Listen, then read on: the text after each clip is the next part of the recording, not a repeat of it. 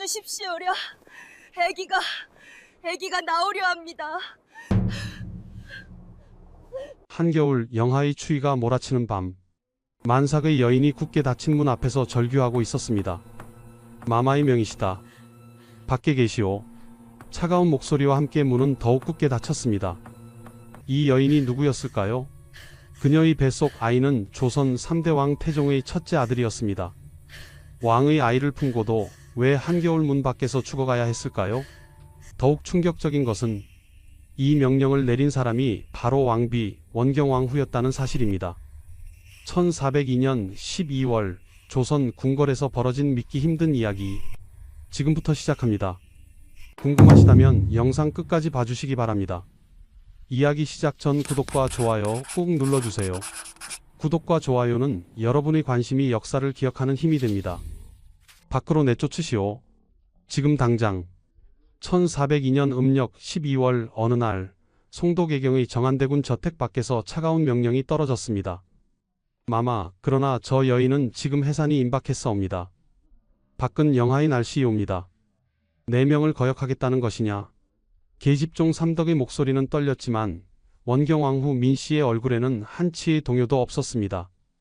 겨울바람이 몰아치는 밤, 만삭의 몸으로 태동을 느끼던 한 여인이 문 밖으로 쫓겨났습니다. 그녀의 이름은 김씨, 원경왕후의 가비, 즉 친정에서 거느리던 노비 출신이었습니다. 살려주십시오. 아기가 나오려 합니다. 김씨의 절규가 추운 밤 공기를 가르며 울려 퍼졌습니다. 하지만 굳게 닫힌 문은 열리지 않았습니다. 영하의 날씨 속에서 만삭의 여인은 문 앞에서 떨며 진통을 겪어야 했습니다. 이 여인이 누구였을까요? 그녀가 뱃속에 품고 있던 아이는 누구였을까요? 왜 조선을 건국한 태조 이성계의 5째 아들 정안대군 이방원의 아이를 임신한 여인이 한겨울 밖에서 출산해야 했을까요? 더욱 충격적인 것은 이 명령을 내린 사람이 바로 정안대군의 정실 부인이자 훗날 조선 제3대 왕 태종의 왕비가 되는 원경왕후였다는 사실입니다. 왕자의 아이를 품은 여인을 겨울밤에 내쫓은 이유는 무엇이었을까요? 그날 밤 김씨의 오빠 화상이라는 이가 급히 달려왔습니다. 동생이 문 밖에서 죽어가고 있다는 소식을 듣고 달려온 것입니다. 화상은 황급히 천막을 쳐서 임시 거처를 마련했습니다. 그리고 그곳에서 김씨는 아들을 낳았습니다. 훗날 경영군 입이라 불리게 될 태종의 첫째 서자였습니다. 하지만 원경왕후의 명령은 여기서 끝나지 않았습니다. 출산 소식을 들은 원경왕후는 다시 계집종들을 보냈습니다. 화상이 마련해준 침구와 요를 모두 빼앗아 가라는 명령이었습니다. 이것들도 가져가시오. 계집종들은 명령대로 갓 출산한 산모의 침구를 빼앗아 갔습니다. 김씨는 아무것도 없는 추운 천막에서 갓 태어난 아기를 품에 안고 떨어야 했습니다. 이것으로도 부족했는지 원경왕후는 김씨 모자를 순교리의 벌개라는 국노의 집 앞 토담집으로 옮기게 했습니다. 담도 제대로 없는 허름한 토담집? 그곳에서 김씨와 갓 태어난 아기는 추위와 싸워야 했습니다. 하지만 기적처럼 한상좌라는 사람이 동정심에 마이산모가 입는 옷을 가져다 주었습니다. 그 덕분에 김씨는 7일을 버틸 수 있었습니다. 그제서야 원경왕후는 김씨의 아버지와 오빠 화상에게 그녀를 소에 실어 교화지금의 파주에 있는 집으로 보내게 했습니다. 이것이 태종실록에 기록된 경영군 탄생의 진실이었습니다. 누가 상상이나 했을까요? 왕의 아이를 낳은 여인이 왕비가 될 사람의 명령으로 한겨울 밖에서 출산하고 침구마저 빼앗긴 채 토담집에서 죽음의 문턱을 넘나들었다는 것을.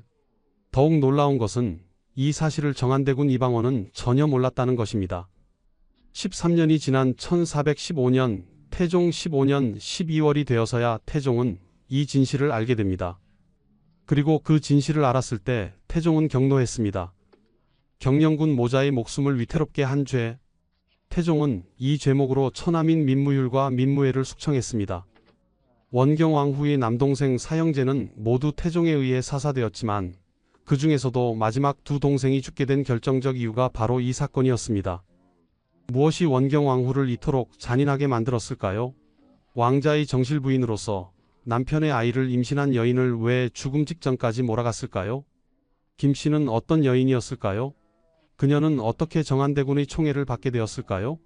그리고 13년 동안 침묵했던 이 사건이 왜 1415년에 폭로되었을까요? 이 이야기 속에는 조선 왕실의 권력 다툼, 한 여인의 질투, 그리고 외척숙청이라는 거대한 정치적 소용돌이가 얽혀 있습니다. 지금부터 여러분께 들려드릴 이야기는 태종실록에 기록된 역사적 사실을 바탕으로 재구성한 것입니다. 한 여인이 겪어야 했던 참혹한 시련과 그 시련이 조선 왕실에 어떤 파장을 일으켰는지 함께 살펴보시겠습니다. 원경왕후는 왜 이런 잔인한 선택을 했을까요? 이야기는 약 3년 전으로 거슬러 올라갑니다. 1398년 제2차 왕자의 난이 일어난 해였습니다. 태조 이성계의 다섯째 아들 정한대군 이방원은 정도전을 제거하고 권력의 중심에 섰습니다. 하지만 아직 왕이 되지는 못했습니다. 둘째 형인 정종이 왕위에 올랐고 이방원은 세자 책봉도 거부하며 권력 뒤에서 실질적 영향력을 행사하고 있었습니다. 이때 이방원의 정실 부인은 민제의 딸 민씨였습니다. 두 사람은 1382년 이방원이 16세, 민씨가 18세 때 혼인했습니다. 20년 가까운 세월을 함께한 부부였고 민씨는 이미 양령, 효령, 충령 훗날의 세종 등 세 아들을 낳은 상태였습니다. 민씨의 집안에는 여러 노비들이 있었습니다. 그중 한 명이 김씨였습니다. 김씨의 정확한 출생 연도는 알 수 없지만 어려서부터 민씨 집안에서 자랐고 민씨가 정한대군 저택으로 시집올 때 함께 따라온 갑이었습니다. 김씨에게는 화상이라는 오빠가 있었습니다. 그 역시 민씨 집안의 노비였을 것으로 추정됩니다. 남매는 주인집을 성실히 섬기며 살아갔습니다. 제2차 왕자의 난이 벌어졌던 1400년 음력 1월 28일 정한공 저택에는 급박한 상황이 벌어졌습니다. 이방원이 타고 나간 말이 화살을 맞고 도망쳐 와서는 주인 없이 혼자 마구간으로 돌아온 것입니다. 부인 민씨는 이것을 보고 남편이 싸움에서 패하고 전사한 것이라 판단했습니다. 그녀는 즉시 자결을 결심하고 걸어서 전쟁터로 향하려 했습니다. 남편과 함께 죽겠다는 결연한 의지였습니다. 마마 안 되옵니다. 아직 전하의 생사를 확인하지 못했사옵니다. 시녀 김씨를 비롯한 5명의 시녀가 민씨를 필사적으로 만류했습니다. 하지만 민씨는 듣지 않았습니다. 결국 종 한기 등이 길을 가로막고서야 민씨를 저지할 수 있었습니다. 이 일화는 정종실록에 기록되어 있습니다. 특이한 점은 실록이 굳이 김씨는 곧 경령군의 어머니다라는 주석을 달아놓았다는 것입니다. 이는 나중에 벌어질 일을 암시하는 복선이었습니다. 김씨는 주인을 목숨 걸고 지킨 충성스러운 시녀였습니다. 하지만 바로 그 김씨가 2년 후 한겨울 밖으로 쫓겨나 죽을 고비를 넘기게 될 줄은 아무도 몰랐습니다. 1400년 이방원은 마침내 왕위에 올랐습니다. 태종, 조선의 제3대 왕이 된 것입니다. 민씨는 왕비가 되어 원경왕후로 책봉되었습니다. 이때 민씨의 나이 35세, 태종은 33세였습니다. 왕이 된 태종은 바쁜 나날을 보냈습니다. 국가 기틀을 세우고 권력을 공고히 하고 왕권을 강화하는 일들로 가득했습니다. 그런 와중에도 궁궐 안에는 여러 궁녀와 시녀들이 있었고 그 중에는 여전히 원경왕후를 모시던 김씨도 있었습니다. 정확히 언제부터였는지는 기록에 없습니다. 하지만 1402년 초 김씨는 태종의 아이를 임신했습니다. 태종 2년의 일이었습니다. 임신 3개월이 되었을 때 더 이상 숨길 수 없었습니다. 원경왕후는 이 사실을 알게 되었습니다. 당장 궁에서 나가거라. 원경왕후의 명령은 짧고 차가웠습니다. 김씨는 궁을 떠나야 했습니다. 노비 신분으로 왕의 아이를 임신한 것, 그 자체가 용납될 수 없는 일이었을까요? 김씨는 궁 밖으로 나가 친정 식구들과 함께 지내게 되었습니다. 배는 점점 불러왔고 출산일이 다가왔습니다. 하지만 원경왕후의 시선은 여전히 김씨를 향해 있었습니다. 계집종 삼덕을 시켜 김씨를 감시하게 했습니다. 어디서 지내는지, 언제 아이를 낳을지 모든 것을 보고하게 한 것입니다. 그리고 마침내 1402년 음력 12월 김씨의 출산이 임박했습니다. 삼덕이 급히 원경왕후에게 보고했습니다. 마마, 김씨가 곧 해산할 것 같사옵니다. 원경왕후의 얼굴이 굳어졌습니다. 그녀는 무언가 결심한 듯 입을 열었습니다. 김씨가 있는 곳으로 가거라. 그리고 그날 밤 삼덕과 다른 계집종들이 김씨가 머물던 곳으로 갔습니다. 김씨는 이미 진통이 시작되어 고통스러워하고 있었습니다. 밖으로 나가시오. 무슨 말씀이십니까? 지금 아기가 나오려 하는데. 왕비 마마의 명이시다. 당장 밖으로 나가시오. 영하의 추위가 매섭게 몰아치는 한겨울이었습니다. 만삭의 산모를 밖에 내보낸다는 것은 곧 죽으라는 말과 다름없었습니다. 제발 아기만이라도 살려주십시오. 김씨는 무릎을 꿇고 빌었습니다. 하지만 계집종들도 어쩔 수 없었습니다. 왕비의 명령을 거역할 수 없었던 것입니다. 김씨는 문 밖으로 쫓겨났습니다. 진통은 점점 심해졌고 추위는 뼈를 내는 듯 했습니다. 다행히 오빠 화상이 소식을 듣고 달려왔습니다. 그는 급히 천막을 쳐서 임시 거처를 만들었습니다. 그리고 자신이 구할 수 있는 침구와 옷가지들을 가져다 주었습니다. 그 천막 안에서 1402년 음력 12월 13일 김씨는 아들을 낳았습니다. 아이의 울음소리가 차가운 겨울밤을 가르며 울려 퍼졌습니다. 태종의 첫째 서자 훗날 경영군이라 불리게 될 아이였습니다. 하지만 원경왕후는 여기서 멈추지 않았습니다. 출산 소식을 들은 그녀는 다시 계집종들을 보냈습니다. 화상이 마련해준 침구와 요를 모두 가져오너라. 마마, 그러면 갓 출산한 산모와 아기가 4명이다. 계집종들은 어쩔 수 없이 명령을 따랐습니다. 화상이 마련해준 모든 것들을 빼앗아 갔습니다. 이것으로도 부족했는지 원경왕후는 김씨를 더욱 열악한 곳으로 옮기게 했습니다. 순교리의 벌개라는 국노의 집 앞 토담집, 담도 제대로 없는 바람이 그대로 들이치는 곳이었습니다. 갓 태어난 아기와 출산으로 기력을 잃은 김씨는 그곳에서 추위와 싸워야 했습니다. 아무도 도와주는 이가 없었습니다. 오빠 화상도 감시 때문에 쉽게 접근할 수 없었습니다. 죽음이 코앞까지 다가왔습니다. 그때 한상좌라는 사람이 나타났습니다. 그는 김씨의 처지를 듣고 동정심을 느꼈습니다. 그는 몰래 마이를 가져다 주었습니다. 산모가 입는 따뜻한 옷이었습니다. 그 마이 덕분에 김씨는 7일을 버틸 수 있었습니다. 7일 동안 김씨는 죽음의 문턱에서 갓난아기를 품에 안고 버텼습니다. 7일이 지나고 나서야 원경왕후는 김씨의 아버지와 오빠 화상을 불렀습니다. 김씨를 소에 실어 교하의 집으로 데려가거라. 마침내 김씨는 친정집으로 갈 수 있었습니다. 갓난아기를 안고 소등에 실려 교하로 향하는 길, 김씨는 무슨 생각을 했을까요? 이 모든 일을 태종은 전혀 몰랐습니다. 그는 자신의 첫째 아들이 이렇게 비참하게 태어났다는 것을, 그 아이의 어머니가 죽을 고비를 넘겼다는 것을 전혀 알지 못했습니다. 13년 동안 이 비밀은 묻혀 있었습니다. 1402년 겨울 죽음의 문턱을 넘나들며 아들을 낳은 김씨는 교하의 친정집에서 조용히 살았습니다. 갓난아기 경영군을 키우며 다시는 궁궐과 엮이지 않기를 바랐을 것입니다. 태종은 경영군의 존재를 알고 있었습니다. 자신의 첫째 서자가 태어났다는 것, 그 아이가 김씨의 아들이라는 것. 하지만 그 탄생 과정이 얼마나 비참했는지는 전혀 몰랐습니다. 태종은 가끔 경영군을 보러 갔을 것입니다. 하지만 김씨는 남편인 왕에게도 그날의 일을 말하지 못했습니다. 말할 수 있었을까요? 왕비인 원경왕후가 자신을 죽이려 했다고 왕에게 고할 수 있었을까요? 김씨는 침묵했습니다. 노비 출신인 자신이 왕비를 고발한다는 것은 상상조차 할 수 없는 일이었습니다. 한편 궁궐에서는 거대한 변화가 일어나고 있었습니다. 태종은 왕권을 강화하기 위해 권신들을 제거하기 시작했습니다. 그 칼끝은 결국 외척인 민씨 집안을 향했습니다. 원경왕후에게는 민무구, 민무질, 민무휼, 민무의 4명의 남동생이 있었습니다. 이들은 누이가 왕비가 된 덕분에 막강한 권력을 누리고 있었습니다. 1407년 태종 7년 첫 번째 사건이 터졌습니다. 태종은 갑자기 세자 양녕대군에게 왕위를 물려주겠다고 선언했습니다. 양위 파동이었습니다. 그런데 민무구와 민무질 형제가 이 소식을 듣고 기뻐하는 표정을 보였습니다. 세자가 즉위하면 우리의 권세는 더욱 커질 것이다. 그들은 세자 양녕대군이 어려서부터 자신들의 집에서 자랐기 때문에 세자가 왕이 되면 더 큰 영향력을 행사할 수 있다고 생각했습니다. 하지만 이것은 치명적인 실수였습니다. 태종은 양위 파동을 철회했고 민무구와 민무질의 태도를 문제 삼았습니다. 너희는 왕명을 거역하고 세자에게 빌부터 권력을 탐했다. 탄핵이 시작되었습니다. 여러 죄목이 덧붙여졌습니다.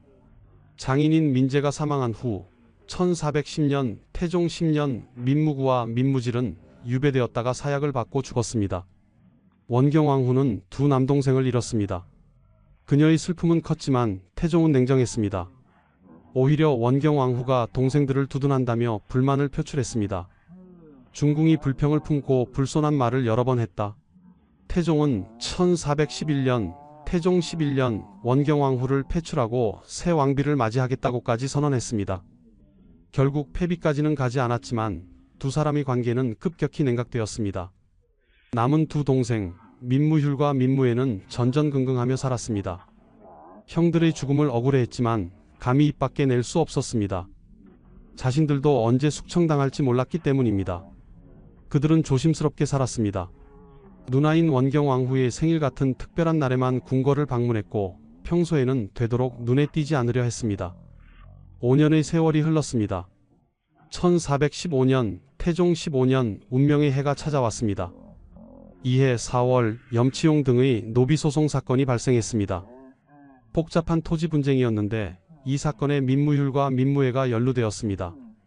그들이 하삼도, 충청도, 전라도, 경상도의 땅을 불법으로 차지했다는 의혹이 제기된 것입니다. 탄핵이 시작되었습니다. 태종은 이 기회를 놓치지 않았습니다. 민무휴과 민무회는 절박했습니다. 그들은 세자 양녕대군을 찾아갔습니다. 세자 저하, 저희를 구해주십시오. 저희는 어려서부터 저하를 모셨지 않습니까? 민무회가 말했습니다. 세자는 우리 가문에서 자라지 않으셨습니까? 이 말은 치명적이었습니다. 세자가 외척 세력에 의존하고 있다는 것을 암시하는 말이었기 때문입니다. 양녕대군은 고민했습니다. 외숙들은 자신을 어려서부터 가르치고 보살펴준 은인들이었습니다. 하지만 동시에 아버지 태종이 그들을 제거하려는 이유도 이해했습니다. 결국 양녕대군은 이 사실을 태종에게 보고했습니다. 태종은 경노했습니다. 감히 세자를 협박하려 하다니. 민무휴과 민무회는 외방으로 유배되었습니다. 그리고 12월 사사명령이 떨어졌습니다. 바로 이때였습니다. 태종 15년 12월 15일 태종은 신하들 앞에서 충격적인 발언을 했습니다. 짐이 너희에게 알려줄 일이 있다. 13년 전 임오년에 있었던 일이다. 신하들은 숨을 죽이고 태종의 말을 들었습니다. 경영군을 아는가? 짐의 첫째 서자다. 그 아이의 모친은 궁녀 김씨다. 황송하옵니다. 알고 있사옵니다. 그런데 너희는 그 아이가 어떻게 태어났는지 아는가? 신하들은 고개를 저었습니다. 태종은 천천히 그러나 분노를 억누르며 말했습니다. 김씨는 원경왕후의 갑이었다. 임신 3개월 만에 궁에서 쫓겨났다. 그리고 출산이 임박했을 때 태종의 목소리가 떨렸습니다. 왕후가 계집종을 시켜 김씨를 문 밖에 내쫓았다. 한겨울이었다. 영하의 날씨에 만삭의 여인을 문 밖에 방치한 것이다. 신하들은 경악했습니다. 김씨의 오빠 화상이 천막을 쳐주어 그곳에서 경영군을 낳았다. 그런데 왕후는 거기서 멈추지 않았다. 계집종들을 시켜 화상이 마련해준 침구를 빼앗아갔다. 그리고 김씨를 토담집으로 옮겼다. 한상좌라는 자가 동정심의 마이를 가져다 주어 김씨는 7일을 버텼다. 그제서야 왕후가 김씨를 친정으로 보냈다. 태종은 주먹을 불끈 쥐었습니다. 짐은 이 사실을 전혀 몰랐다. 13년이 지난 지금에서야 알게 되었다. 신하들은 아무 말도 하지 못했습니다. 민무휴과 민무회 그리고 민씨 가문은 왕자의 모자를 죽음으로 몰아갔다. 이것이 그들의 죄다. 태종은 단호하게 선언했습니다.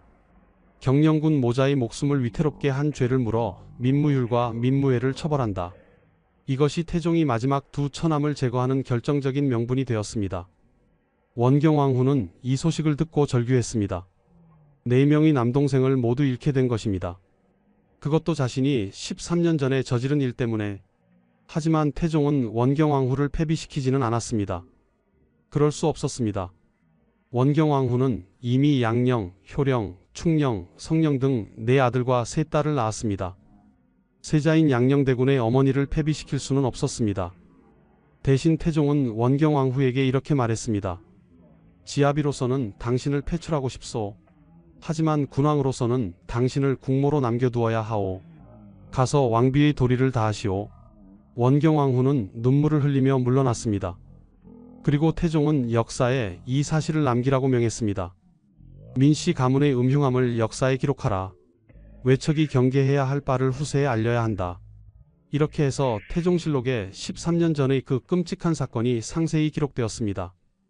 태종 15년 12월 13년 전의 비밀이 폭로된 후 조정은 충격에 휩싸였습니다. 왕비가 왕의 후궁과 왕자를 죽이려 했다는 사실이 공개적으로 드러난 것입니다. 하지만 이 사건을 이해하려면 원경왕후가 왜 그런 선택을 했는지 살펴봐야 합니다. 원경왕후 민씨는 1365년생으로 태종보다 2살 위였습니다. 1382년 18세의 나이에 16세의 이방원과 혼인했습니다. 당시 이방원은 5째 왕자에 불과했습니다. 왕위와는 거리가 먼 위치였습니다. 하지만 민씨는 똑똑하고 야심찬 여인이었습니다. 그녀는 남편이 큰일을 이룰 사람이라고 믿었습니다. 혼인 초기 이방원은 세상을 구제하려는 뜻이 있어서 집안일을 돌보지 않았다고 기록되어 있습니다. 대신 민씨가 집안의 경제생활과 육아를 책임졌습니다. 훌륭한 내조였습니다. 제1차 왕자의 난, 제2차 왕자의 난을 거치며 민씨는 남편을 적극적으로 도왔습니다. 1400년 제2차 왕자의 난 때 남편이 전사한 줄 알고 자결하려 했을 만큼 그녀는 남편에게 헌신적이었습니다. 민씨의 친정 역시 이방원을 적극 지원했습니다.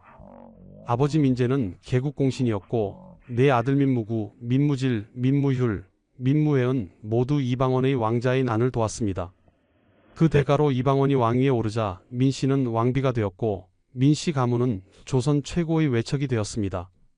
민씨는 1382년부터 1400년까지 18년 동안 남편과 함께 고난을 이겨냈습니다. 그 과정에서 네 아들을 낳았습니다. 양녕대군 1394년생, 효령대군 1396년생, 충녕대군 1397년생, 훗날의 세종, 성령대군 1405년생. 민씨는 자신이 왕비 자리를 지킬 수 있는 이유가 분명하다고 생각했습니다. 자신이 낳은 아들이 세자이고 자신이 18년 동안 내조했고 자신의 집안이 왕을 만드는데 결정적 역할을 했기 때문이라고요. 그런데 1402년 충격적인 소식을 들었습니다. 자신의 시녀였던 김씨가 왕의 아이를 임신했다는 것입니다. 민씨의 심정은 어땠을까요? 첫째, 배신감이었을 것입니다. 김씨는 자신의 갑이, 즉 친정에서 데리고 온 노비였습니다. 자신을 섬기던 시녀가 남편의 아이를 가졌다는 것은 이중의 배신처럼 느껴졌을 것입니다. 둘째, 위기감이었을 것입니다. 왕이 후궁을 두는 것은 당연한 일이었습니다. 하지만 노비 출신 여인이 왕자를 낳는다면? 그것은 다른 문제였습니다. 태종의 적자는 양령, 효령, 충령 3명이었습니다. 그런데 서자가 먼저 태어난다면 적서 구분이 흐려질 수 있었습니다. 게다가 김씨의 아이가 아들이라면 그 아이는 태종의 첫째 아들이 되는 것입니다. 셋째, 질투심이었을 것입니다. 인간적인 감정으로 남편이 다른 여인을 가까이 한다는 것은 견디기 힘든 일이었을 것입니다. 민씨는 결단을 내렸습니다. 김씨를 궁에서 내쫓은 것입니다. 임신 3개월의 김씨는 궁을 떠나야 했습니다. 민씨는 계집종 삼덕을 시켜 김씨를 감시하게 했습니다. 그리고 1402년 음력 12월 김씨의 출산이 임박했다는 보고를 받았습니다. 민씨는 무엇을 생각했을까요? 태종실록은 마치 얼어 죽기를 바라듯이라고 기록했습니다. 이것은 태종의 해석이었습니다.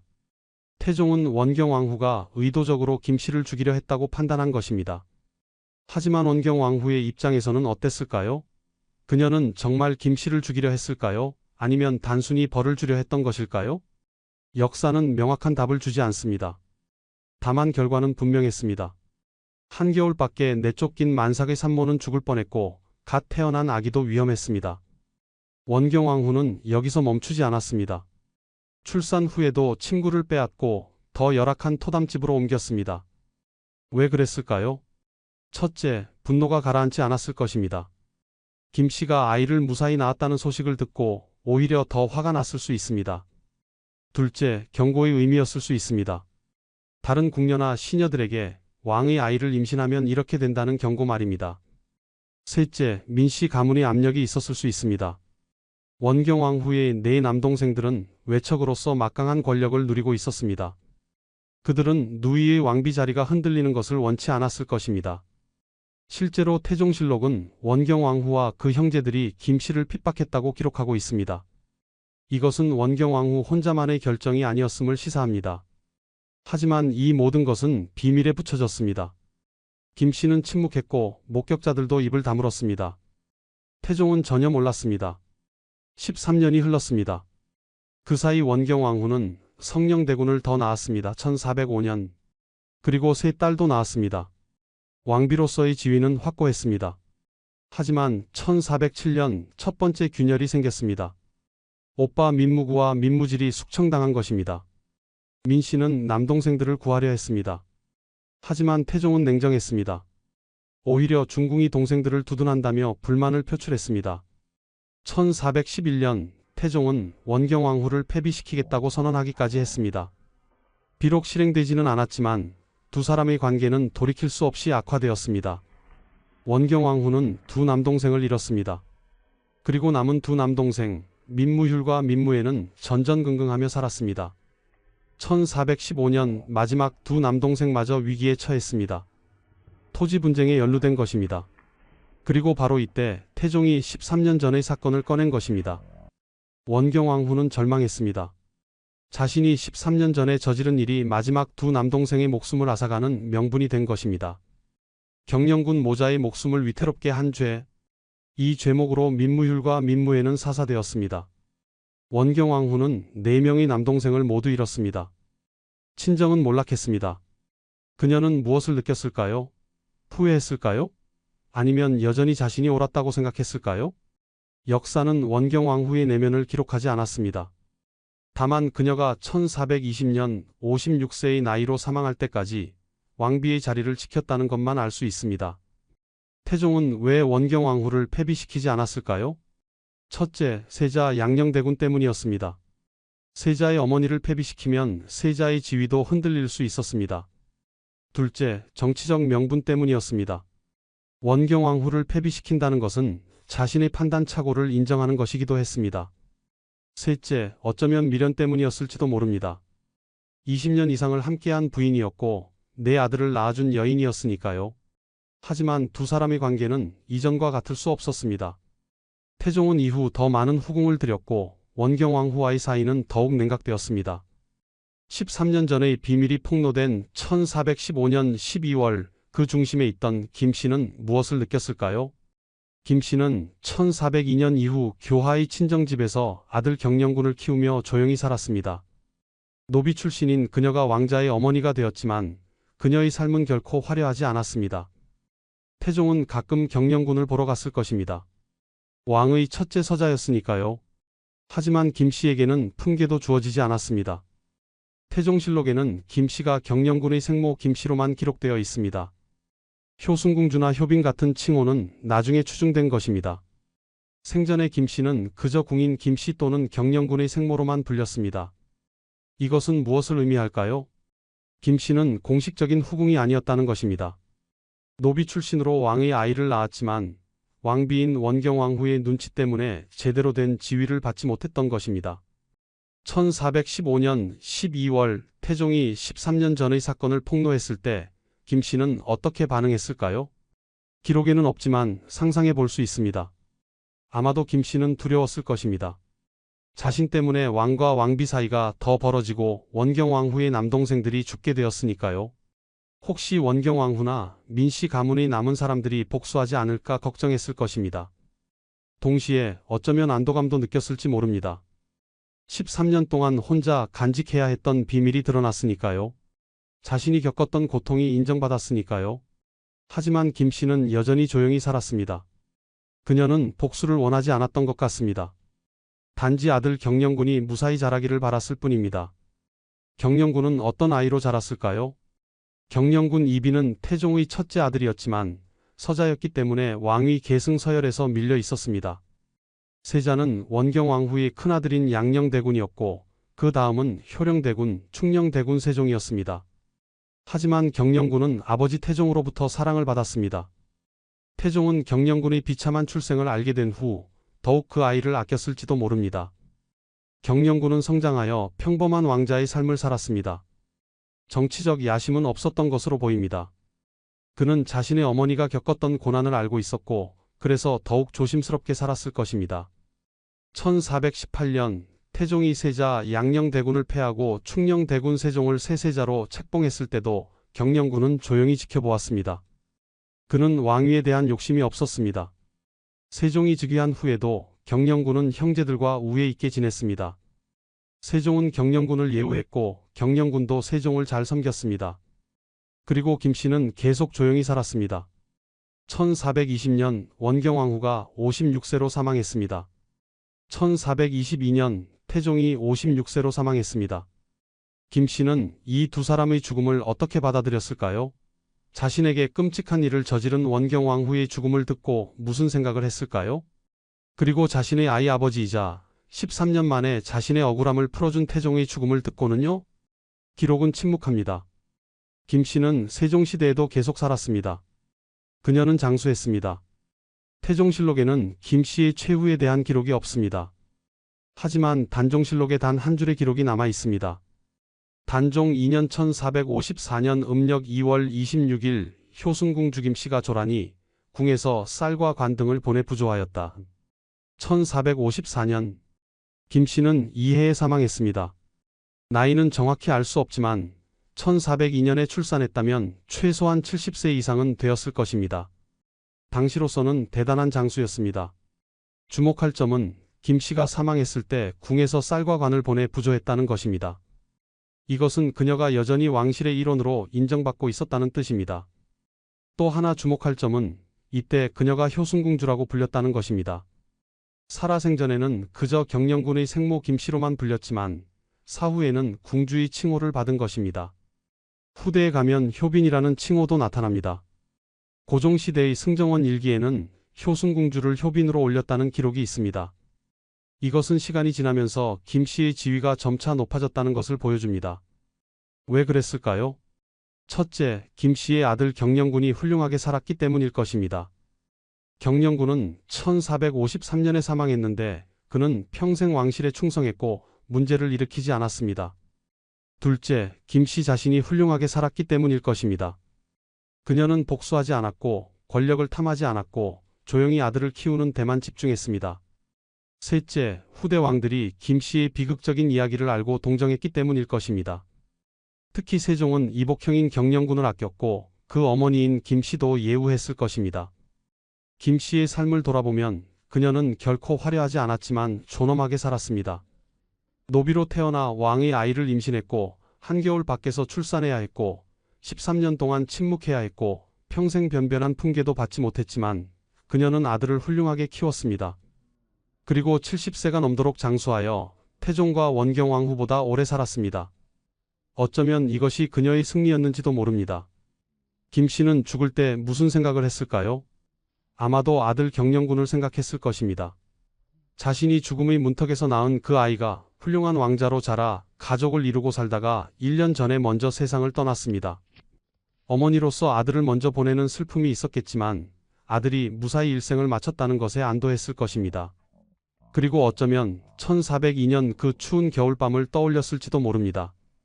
문 밖에서 떨며 아이를 낳던 그날 밤 오빠 화상이 쳐준 천막 한상좌가 가져다준 마의 그 모든 것들이 주마등처럼 스쳐 지나갔을 것입니다. 그리고 조용히 눈을 감았을 것입니다. 52년의 세월이 흐른 후 한겨울 밖에서 아이를 낳았던 그 여인은 70세가 넘는 나이로 평화롭게 생을 마감했습니다. 1415년 12월 태종이 13년 전의 사건을 폭로한 것은 정말 김씨에 대한 분노 때문이었을까요? 아니면 다른 이유가 있었을까요? 역사를 면밀히 살펴보면 이 사건은 단순한 개인적 원한이 아니라 거대한 정치적 계산의 일부였음을 알 수 있습니다. 태종 이방원은 조선 역사상 가장 냉철한 정치가 중 한 명이었습니다. 그는 왕권을 강화하기 위해 필요하다면 형제도, 공신도, 심지어 장인과 처남들도 제거했습니다. 태종의 외척 숙청은 체계적이었습니다. 1407년 민무구와 민무지를 제거했습니다. 명부는 세자에게 빌부터 권력을 탐했다는 것이었습니다. 1415년 민무휼과 민무회를 제거했습니다. 명부는 토지를 불법으로 차지했다는 것과 경영군 모자를 죽음으로 몰아갔다는 것이었습니다. 주목할 점은 두 번째 숙청에서 태종이 13년 전의 사건을 꺼냈다는 것입니다. 왜 하필 1415년이었을까요?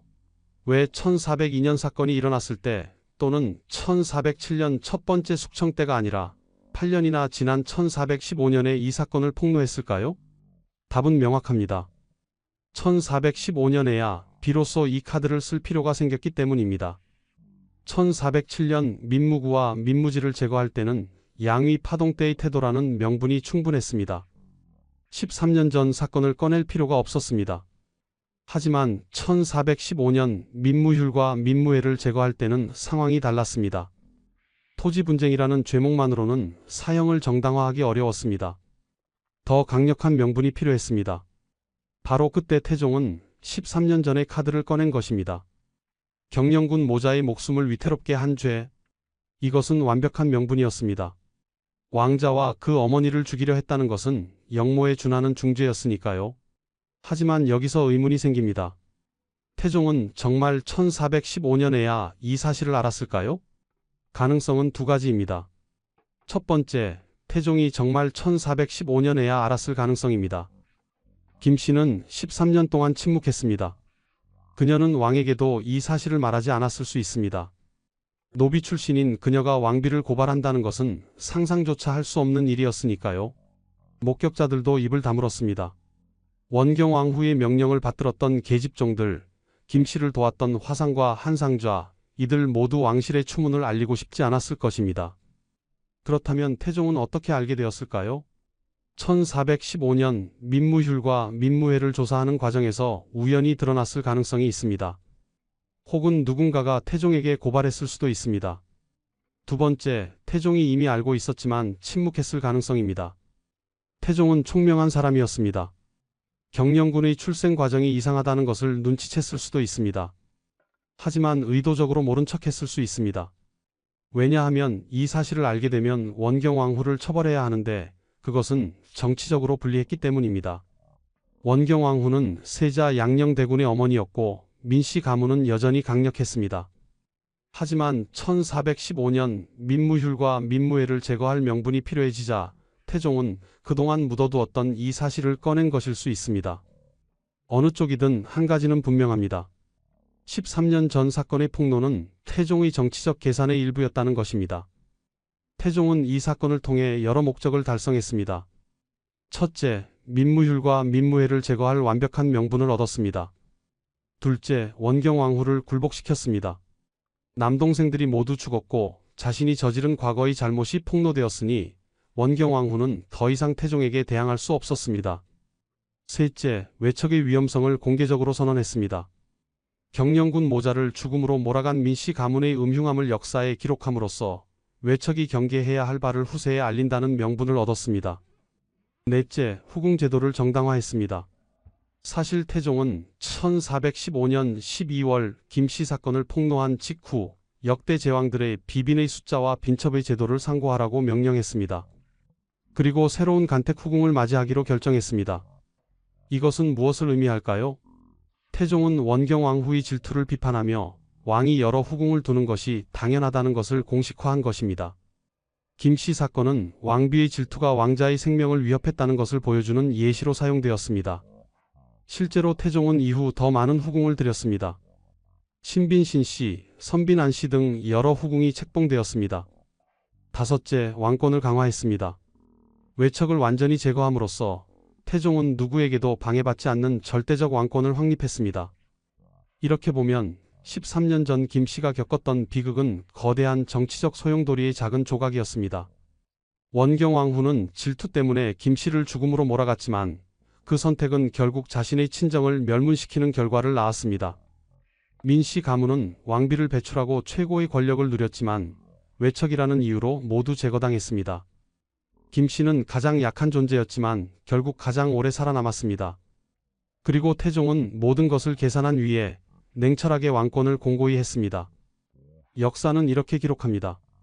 태종 15년 12월 15일 왕이 전교하기를 민씨 가문의 음흉함을 역사에 기록하여 외척이 경계해야 할 바를 후세에 알려야 한다. 이 한 줄의 기록 뒤에는 한 여인의 죽음 직전의 고통과 4명의 처남의 죽음과 한 왕비의 절망과 한 왕의 냉혹한 정치가 숨어 있습니다. 태종실록을 펼치면 태종 15년 12월 15일 기사에 이 사건이 상세히 기록되어 있습니다. 임오년 1402년에 궁인 김씨가 원윤경영군을 낳았는데 중궁과 그 형제가 참혹하게 대우하였다. 한겨울에 출산이 임박하자 중궁이 그 소식을 알려준 계집종을 시켜 문 밖에 방치하였으니 마치 얼어 죽기를 바라는 듯하였다. 이것이 공식 기록입니다. 하지만 이 기록은 누가, 왜, 어떻게 남긴 것일까요? 태종실록은 태종이 사망한 후 세종 13년 1431년에 편찬되었습니다. 사건이 일어난 지 29년 후 태종이 이를 폭로한 지 16년 후의 일입니다. 실록을 편찬한 사관들은 태종의 발언을 그대로 기록했습니다. 그들은 태종의 시각에서 이 사건을 서술했습니다. 주목할 점은 실록이 원경왕후에게 상당히 비판적이라는 것입니다. 중궁의 질투가 심하였다. 중궁이 불평을 품고 불손한 말을 여러 번 하였다.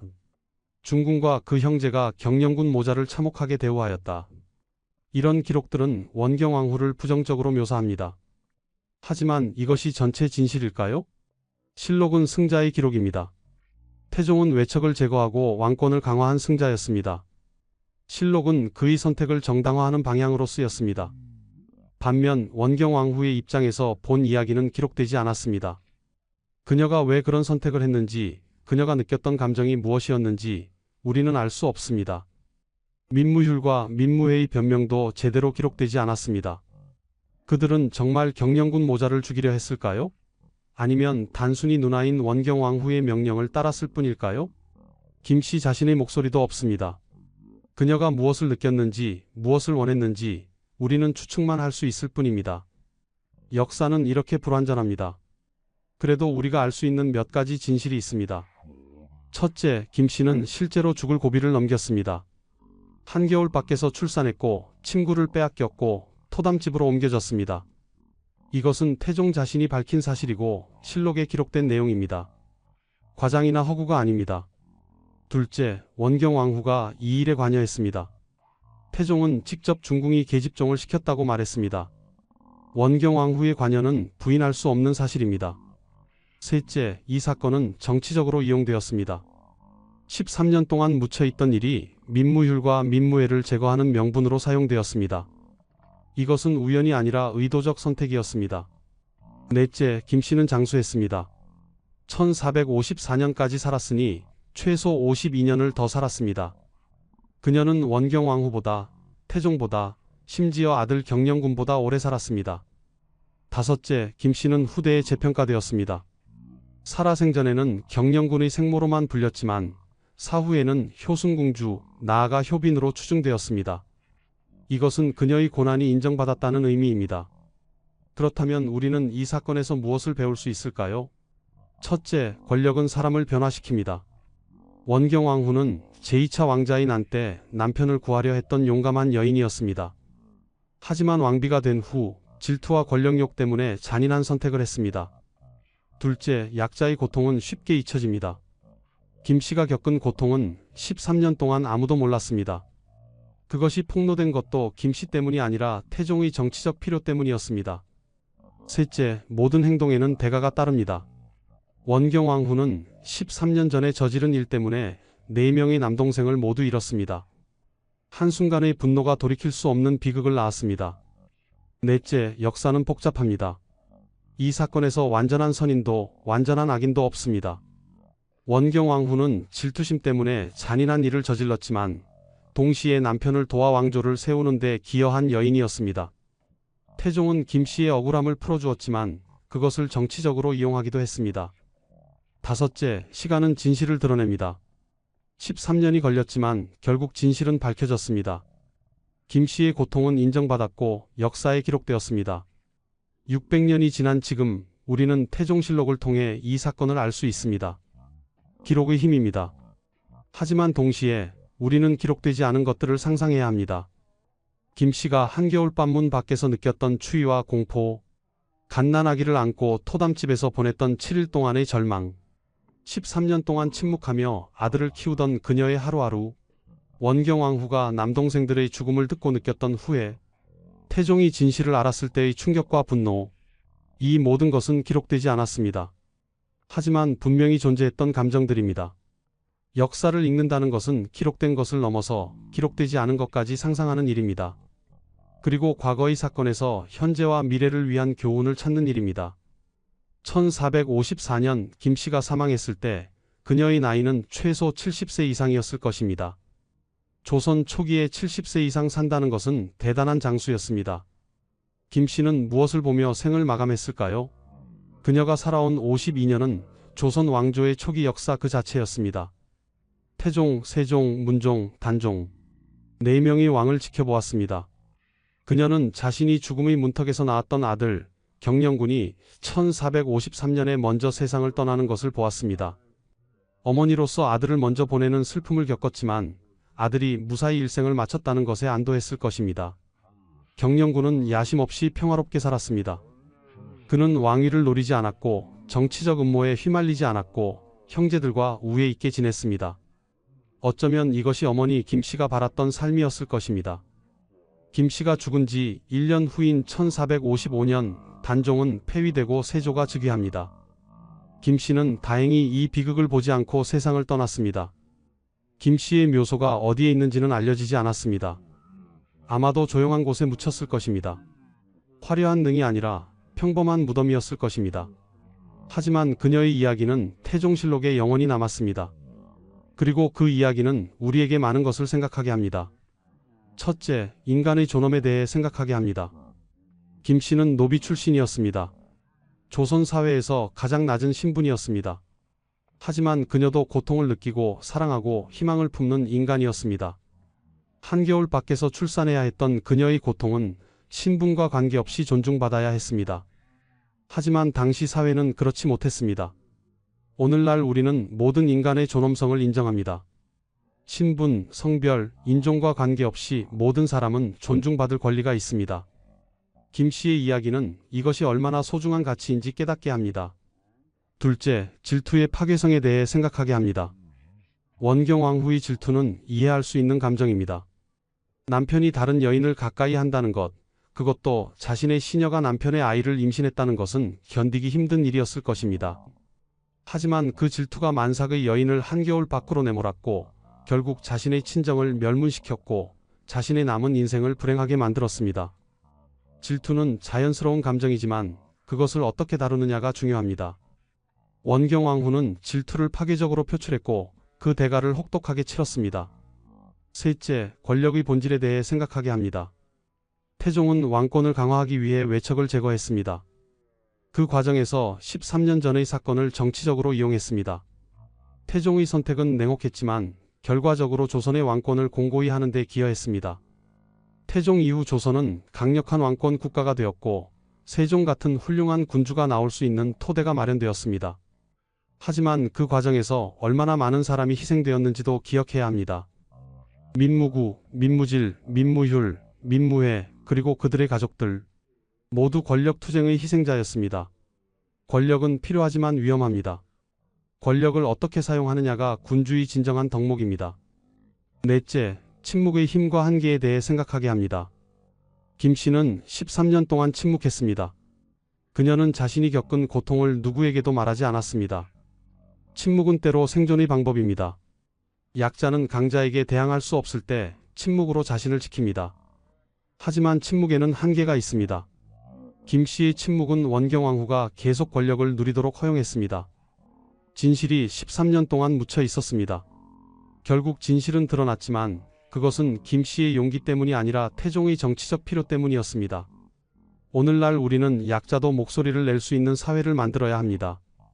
김 씨처럼 침묵할 수밖에 없는 사람이 없도록 해야 합니다. 다섯째, 시간과 역사의 공정함에 대해 생각하게 합니다. 김 씨는 살아생전에 변변한 대우를 받지 못했습니다. 하지만 시간이 지나면서 그녀의 지위는 높아졌습니다. 효순궁주 그리고 효빈이라는 칭호를 받았습니다. 원경왕후는 살아생전에 왕비로서 최고의 권력을 누렸습니다. 하지만 역사는 그녀의 질투와 잔인함을 기록했습니다. 시간은 모든 것을 공정하게 평가합니다. 일시적 권력은 영원하지 않고 진실은 결국 드러납니다. 우리에게 주는 교훈은 무엇일까요? 첫째, 약자에 대한 연민을 잃지 말아야 합니다. 김 씨를 도왔던 오빠 화상과 한상좌처럼 고통받는 이를 외면하지 말아야 합니다. 둘째, 분노와 질투를 지혜롭게 다루어야 합니다. 원경왕후처럼 감정에 휩쓸려 돌이킬 수 없는 일을 저지르지 말아야 합니다. 셋째, 권력을 현명하게 사용해야 합니다. 태종처럼 냉혹할 필요는 있지만 동시에 인간에 대한 최소한의 예의는 지켜야 합니다. 넷째, 진실을 말할 용기를 가져야 합니다. 김씨처럼 침묵하지 말고 부당함을 당당히 말해야 합니다. 다섯째, 역사를 기억해야 합니다. 과거의 사건에서 배우고 같은 실수를 반복하지 말아야 합니다. 600년 전 한겨울밤 문 밖에서 아이를 낳았던 한 여인의 이야기. 그 이야기는 단순한 과거의 일화가 아닙니다. 그것은 인간의 존엄, 권력의 본질, 정의의 의미에 대해 생각하게 하는 살아있는 교훈입니다. 김씨는 비록 노비 출신이었지만 존엄하게 살았습니다. 그녀는 복수하지 않았고 권력을 탐하지 않았고 아들을 훌륭하게 키웠습니다. 그리고 70세가 넘도록 장수하여 자신에게 고통을 준 사람들보다 오래 살았습니다. 어쩌면 이것이 진정한 승리일지도 모릅니다. 권력도 명예도 복수도 아닌 존엄하게 살아가는 것. 그것이 김씨가 우리에게 남긴 가장 큰 유산입니다. 지금까지 태종실록에 기록된 효빈 김씨의 이야기였습니다. 이 이야기가 여러분께 작은 깨달음이 되었기를 바랍니다. 역사는 과거의 기록이지만 동시에 현재를 비추는 거울입니다. 우리는 과거를 통해 현재를 이해하고 미래를 준비합니다. 김씨의 고통이 헛되지 않도록 우리는 더 나은 사회를 만들어야 합니다. 약자도 존중받고 정의가 실현되고 진실이 승리하는 사회 말입니다. 이 영상이 의미 있었다면 구독과 좋아요로 응원해 주십시오. 여러분의 관심이 더 많은 역사 이야기를 전하는 힘이 됩니다. 다음에도 또 다른 역사 이야기로 찾아뵙겠습니다. 감사합니다.